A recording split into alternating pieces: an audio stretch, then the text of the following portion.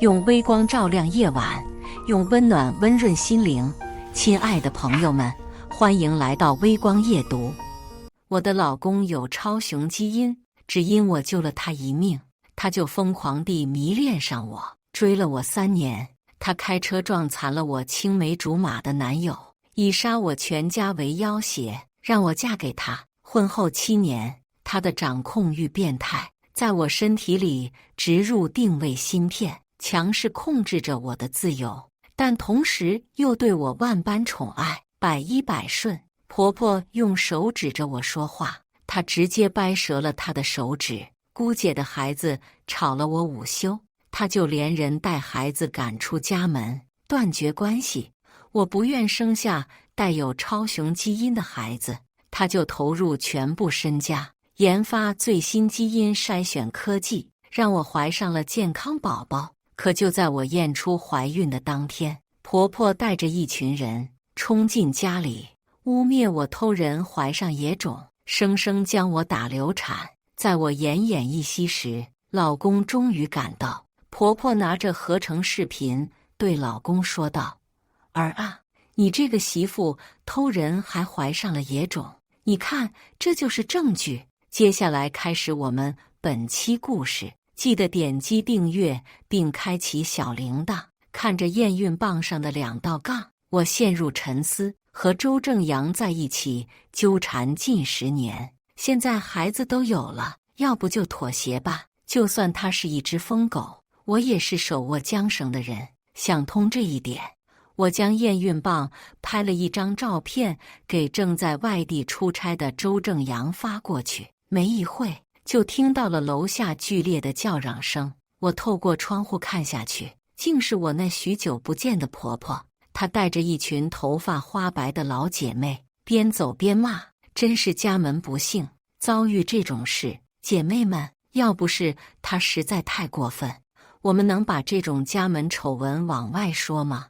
我今天就是豁出去这张老脸，也要手撕了那出轨的贱人。”我听了2句，没了兴趣。结婚后，婆婆一直觉得是我抢走了她儿子，明里暗里挤兑我，结果被周正阳掰断手指，赶了出去。因此我们2个关系可以说是极差。几分钟之后，敲门声响起，我看了一下时间，现在才9点。今天做饭的阿姨怎么这么早就来了？带着疑惑，我打开了门。婆婆带着那群老姐妹直接闯了进来，我还没弄清楚是什么情况。婆婆歪斜的手指指着我说道：“大家快看，这就是那个恶媳妇，结婚没多久就教唆我儿子，打断了我手指，她还让我儿子把我和女儿外孙赶出了家，跟我们断绝关系。”我见状，眉头不悦地皱起，对着婆婆说道：“这是我家，请你们离开。”可婆婆却突然抬手扇了我一巴掌：“你这小贱人，结婚这些年，我儿子对你掏心掏肺，可你出轨，给他戴绿帽子。”脸上传来剧痛，我整个人被打得脑袋嗡嗡作响。从嫁给周正阳之后，我被人无意推搡一下，他都立即将那人暴揍一顿。要是让他知道婆婆今天打了我，他绝对没有好果子吃。为了避免发生家庭伦理惨剧，我忍着怒气斥道：“你现在出去，我可以当今天的事没发生过。”周正阳虽然在我面前温柔乖顺，可他是实打实的超雄，对着别人下手从来都毫不留情。可婆婆却丝毫不领情，直接一把薅住我的头发，恶狠狠地说道：“贱人，心虚了是吧？你既然敢出轨，就要做好承担后果的准备。”我挣脱婆婆的束缚，冷着脸说道：“敢污蔑我出轨，你忘了你的手指是怎么断的了吗？”周正阳的占有欲强到变态，嫁给他之后，为了时刻掌握我的行踪，他在我身体里植入了定位芯片。我的身边连一只公蚊子都没有，可他竟然说我出轨，真是太可笑了。本以为用这件事提醒婆婆会让她收敛几分，可她竟然反手又给了我一巴掌。你现在还在装？演技这么好，怎么不去当戏子？我既然敢来，当然是有十足的证据。说着，婆婆掏出自己的手机，点开一段视频播放。视频中，一个穿着清凉的女人在和一个男人激吻，随后女人被男人压倒，发出了暧昧的呻吟。整个视频相当大胆露骨，最重要的是，这个视频中女人的脸跟我的一模一样。跟婆婆一起来的老姐妹说道：“简直不要脸，这是要割过去。这种不守妇道的女人，绝对是要进猪笼的。要是我媳妇，我今天绝对要打死她。真是世风日下，长得挺文静的，背地里竟然干这种不要脸的事。”听着这群老女人的谩骂，我简直是又气又急。从小到大，我还没受过这种委屈。这视频一看就是用了 AI 换脸，我知道跟这群老眼昏花的老家伙说不通，直接掏出手机想要打电话给周正阳。这是他妈，理应他回来解决，只是解决的方式就不归我管了。可婆婆见状，竟然一把抢走我的手机，摔在地上，手机瞬间被摔得四分五裂。我有些震惊地看着她的强盗行为。你今天这么肆意妄为，要是被正阳知道，我也保不了你。婆婆哼笑一声，不屑说道：“要是被我儿知道你这贱妇出轨，看他会要谁好看？”我看向婆婆一行人，发出最后的警告：你们的行为已经构成犯罪了，我给你们最后一次机会，赶紧离开！婆婆的老姐妹骂道：“简直倒反天罡，出轨还敢这么理直气壮！就是杨子他妈，今天你可得拿出做婆婆的威严来，好好教训教训这浪货！”婆婆被他们言语一激，直接上前一脚将我家的金丝楠木雕花椅踹成两半。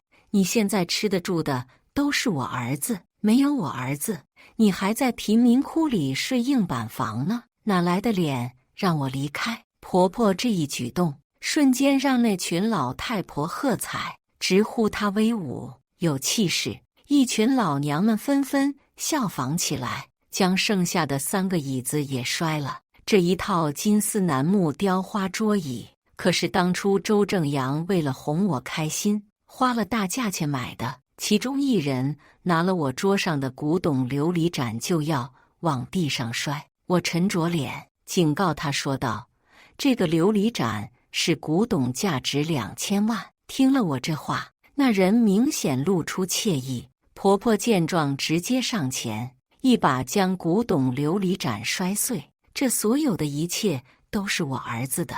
我说了，今天大家随便打，一定要给这个贱妇一点颜色瞧瞧。有了婆婆的这句话，这群老女人跟疯了一般，将家里砸得稀巴烂。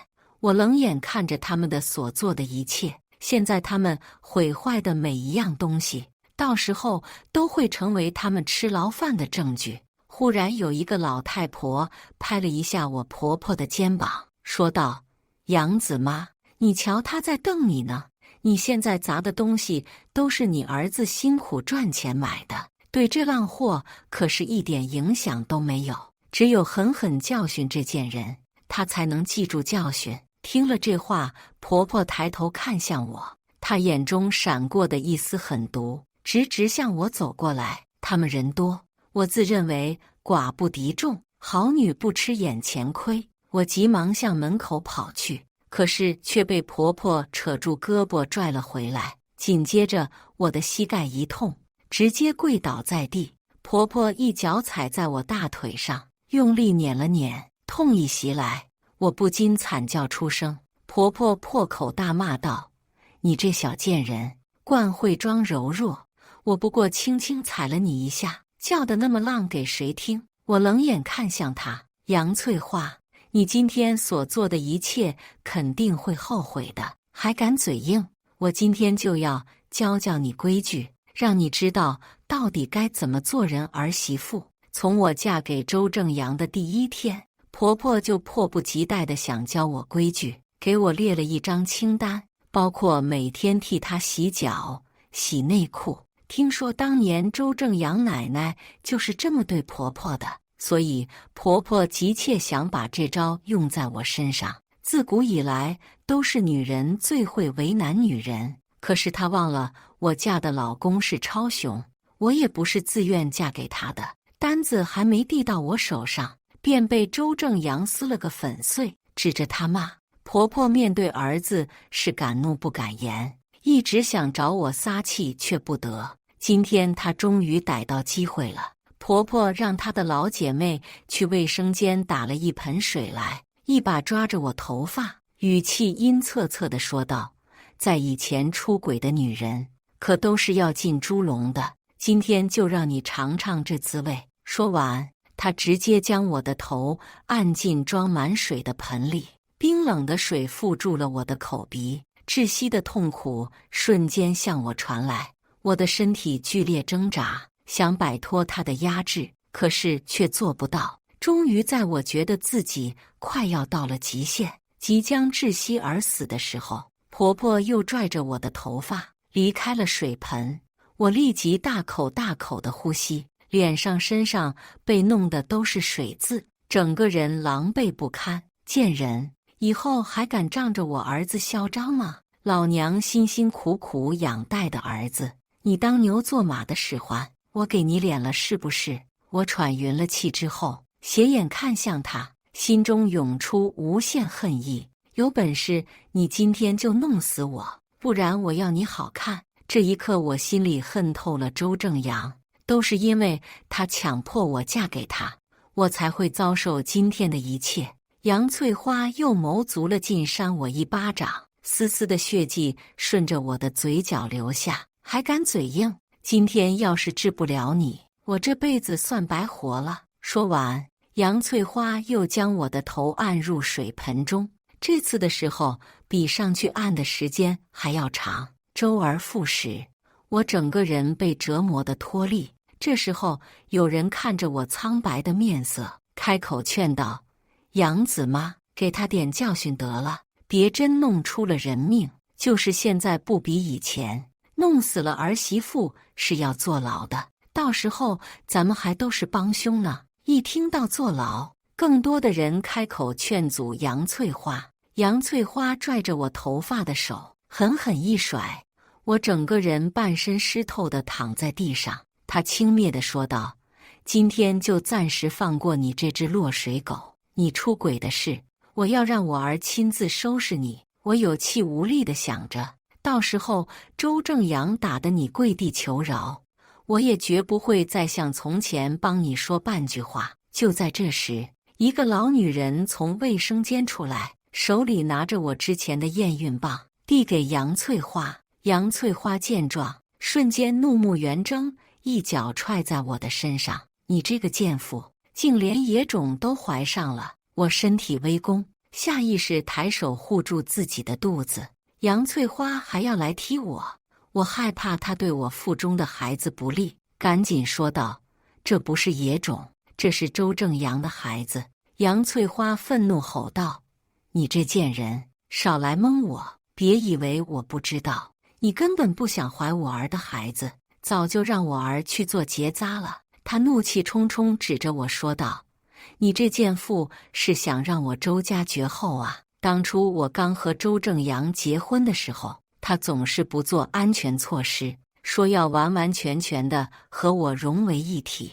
我买了几十盒避孕药甩在他面前，告诉他，他碰我一次我就吃一次避孕药，我绝对不会生下带有他超雄基因的孩子。他担心药物对我的身体有害，所以干脆去做了结扎。他的老姐妹们一听也是纷纷气愤难当，毕竟在他们这个年纪看来，没什么是比子孙后代更重要的。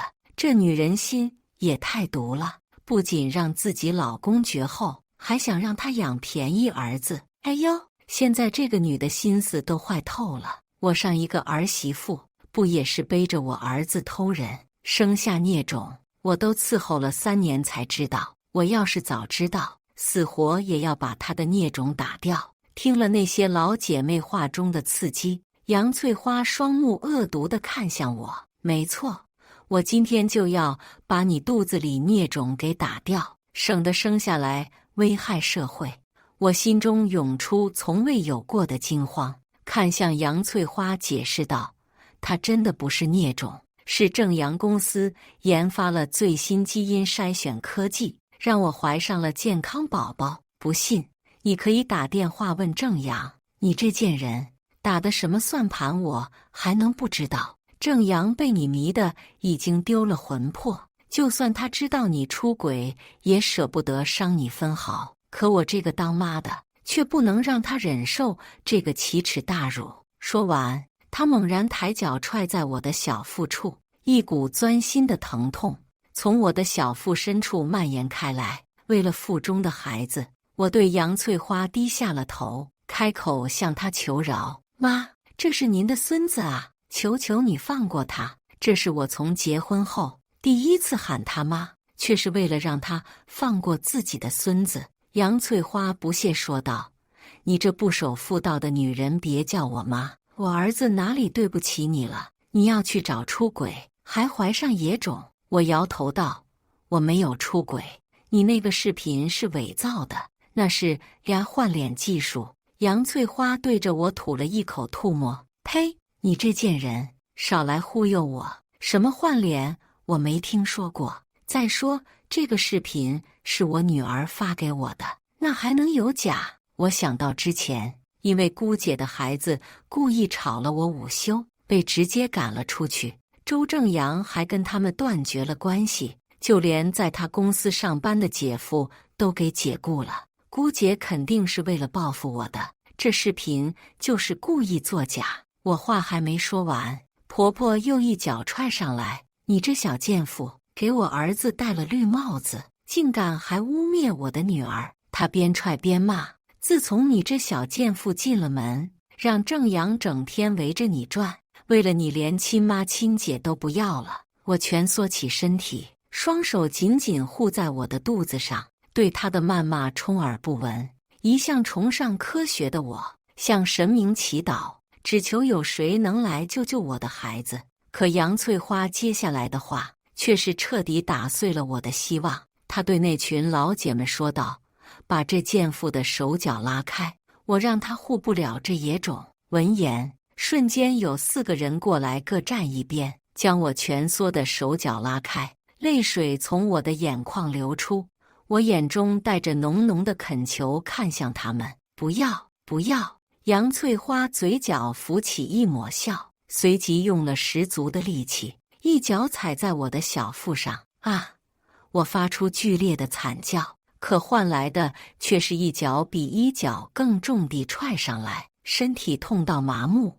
我感觉到有温热的液体流了下来，周围有人大喊一声：血！他流血了！大量的鲜血染红了我洁白的衣裙，我能感觉到孩子在一点一点从我腹中消失。见到出了血，他们终于放开了我。我的双手艰难地抚上自己的小腹，泪如雨下。宝宝，是妈妈没保护你，你别怪妈妈。我双目血红瞪着他们，眼中是刻骨的恨意。杨翠花和这一众老女人恶毒的模样已经深深印在我的脑海里。我一字一句地说道：杨翠花，我一定会让你付出生不如死的代价。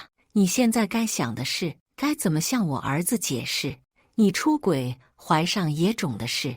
杨翠花扬了扬手中的手机，上面显示的通话人员正是我老公。可电话刚拨出去，铃声竟是在门外响起的。周正阳推着行李箱，风尘仆仆地从门外走进来，显然是因为看到了我发的验孕棒照片，就立刻从外地赶了回来。杨翠花见状，立即挂了电话迎上去：儿啊，你可算回来了。随着他的让开，周正阳一眼就看到了倒在地上双脸红肿下半身全是血的我。下一秒，他一把推开杨翠花，向我跑了过来。因为太急，脚步踉跄，差点摔倒。周正阳双手颤抖地将我半抱起身，连声音都发颤：“牧师，这是怎么回事？”不待我说话，杨翠花就调出手机中的视频，对着周正阳说道：“儿啊，你这个媳妇背着你偷人，还怀上了野种，你看，这就是证据。”周正阳抱紧我，转头看向杨翠花，语调平静：“这是你做的。”杨翠花看着儿子，并没有发火，还以为儿子是信了他的话，急忙拉好感说道：“这都是妈应该做的。你在外拼搏那么累，这个不知好歹的女人却给你戴绿帽子，妈当然要替你好好教训她了。”只有我知道，周正阳平静的语调下蕴藏着滔天的怒火。偏杨翠花还没有发现自己儿子的异常，还想帮自己的女儿拉一波好感。这个视频是你姐姐发给我，也是她先发现了这件妇出轨。等回头你可得好好感谢一下你姐姐，让你姐夫回你公司去上班吧。说到底，我们都是一家人，哪能为了这个不要脸的小贱人伤了和气？周正阳听了之后，垂眸看向我，眼底压不住狂躁嗜血。第一次，我想放了手中拴疯狗的缰绳。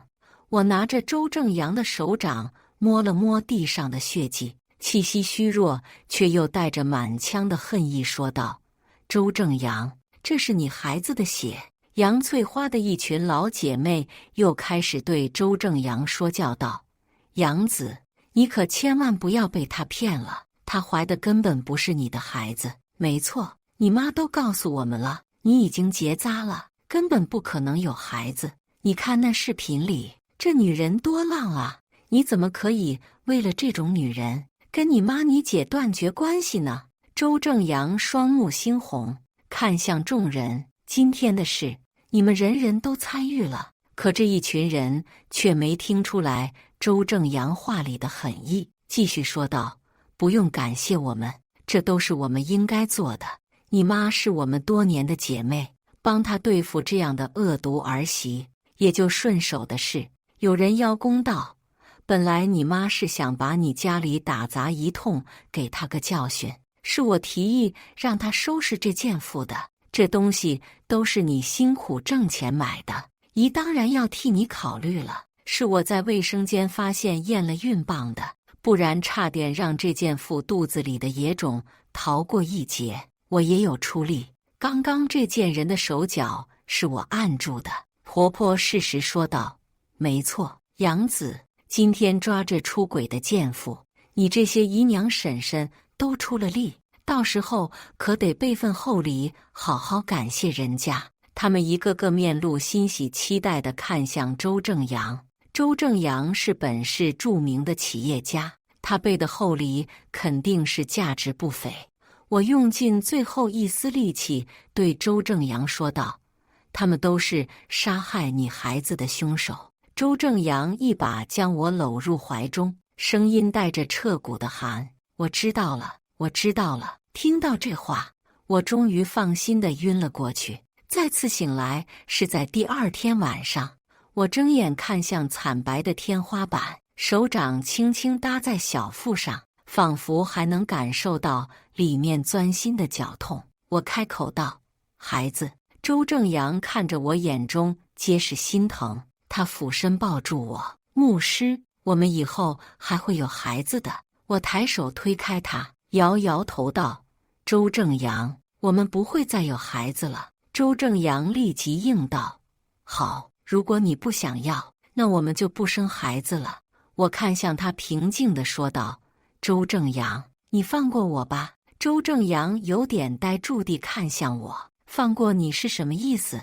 我开口道：“离婚，我根本就不爱你，我们之间也不可能有结果。”就在我决定因为孩子向周正阳妥协的时候，结果孩子就没了。这正是上天应是我不该妥协。周正阳紧紧抱着我说道：“不，牧师，你是我的妻子，我说过我一辈子都不会对你放手的。”我语调平淡地说道：“可你也说过会一辈子不让我受到伤害，结果我受到最重的伤害，恰恰是来源于你。”周正阳整个人瞬间僵住。这是意外，我保证不会再发生。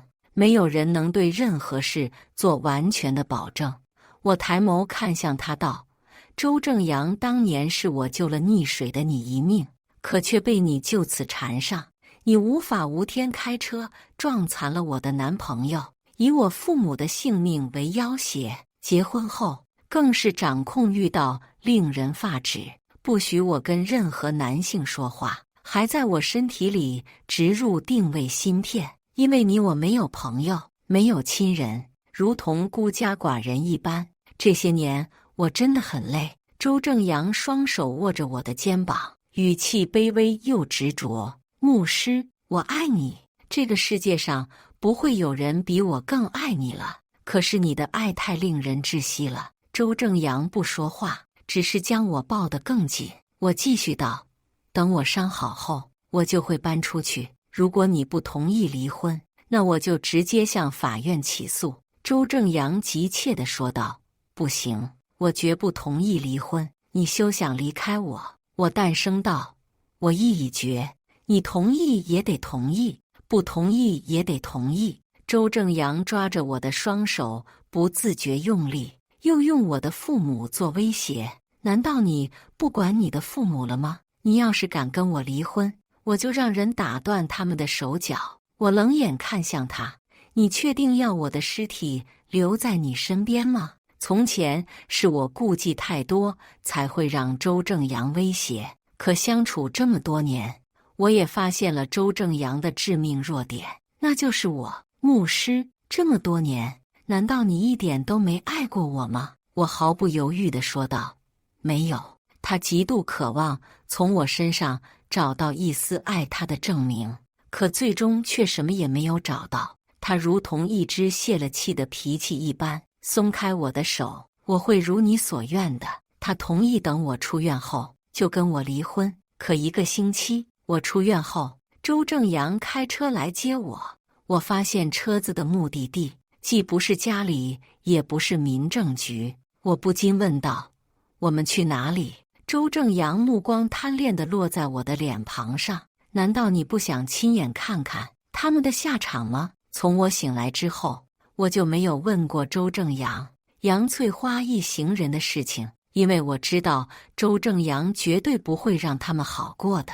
现在周正阳既然提了，我确实也想去看看。车子行驶了近2个小时，停在京郊一处荒废的化工厂门口，隔着大门便能听到里面的哀嚎惨叫。周正阳推开了布满铁锈的大门，里面的情况一目了然。地上秽物满地，杨翠花和她的老姐妹们全身散发着恶臭，她们都被一条链子拴在铁柱上，身上遍布着数十道伤痕，每隔一会还有辣椒水喷上去。众人惨叫连连。见到我进来，杨翠花原本迷离的眼神瞬间看到了希望一般。“儿啊，妈已经知道错了，你快把我们放了吧。”旁边还有一个全身破烂不堪、蓬头垢面的女人说道：“弟弟，血浓于水，我们都是一家人，你怎可这么对我们？”听着她的声音，我才认出来，这竟然是被周正阳赶出家门的姐姐，也就是他给杨翠花发了换脸视频，污蔑我出轨的。周正阳果然没有放过任何一个伤害我的人。周正阳连一个眼神都没有给他们，目光温柔地落在我身上，想不想亲手为我们的孩子报仇？我眼神疑惑地看向他，他招手让保镖拿来一条特制的长棍，递到我手上：“现在他们的性命全部由你处置。”我拿着棍走到杨翠花面前，杨翠花眼中立即露出惧意，面上讨好道：“牧师，妈知道你心善，人是最好的。”我狠狠一棍打在她的腿上：“我的善良从不对多余之人。”杨翠花立即痛苦惨叫一声，随即跪在地上向我求饶：“妈当时真的是气昏了头，以为你出轨怀了野种，不知者不怪，你就饶了妈这一次吧。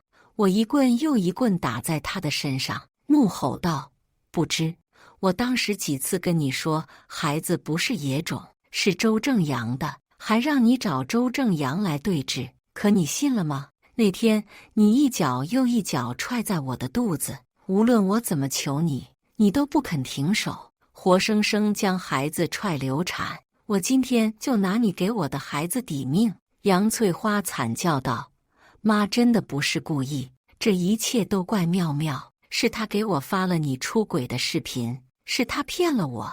我的姑姐周正妙见杨翠花把矛头指到她身上，瞬间尖叫：妈，不是你说弟媳嫁到家里这么久，连个蛋都不愿意下，害得老周家就要绝后，才让我找个他的错处，让弟弟跟他离婚。婆婆即刻抬手扇了周正妙一巴掌。那我也没有让你伪造视频骗我，你才是罪魁祸首。姑姐被打后毫不示弱的也立即反手给了婆婆一巴掌。我做这一切都是为了你，你怎么能把脏水泼到我身上？什么为了我？分明是你记恨牧师，才暗自出了这种损招。两个狗咬狗，扭打在一块。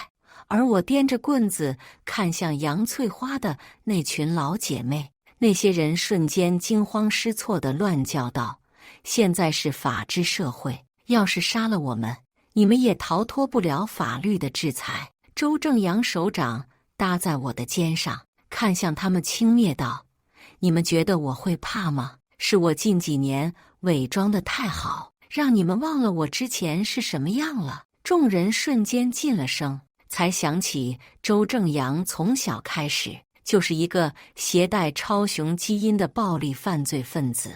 他7岁就敢徒手掐死流浪狗，10岁因为老师上课骂了他，他直接将老师从讲台推下来，踩断了他的腿。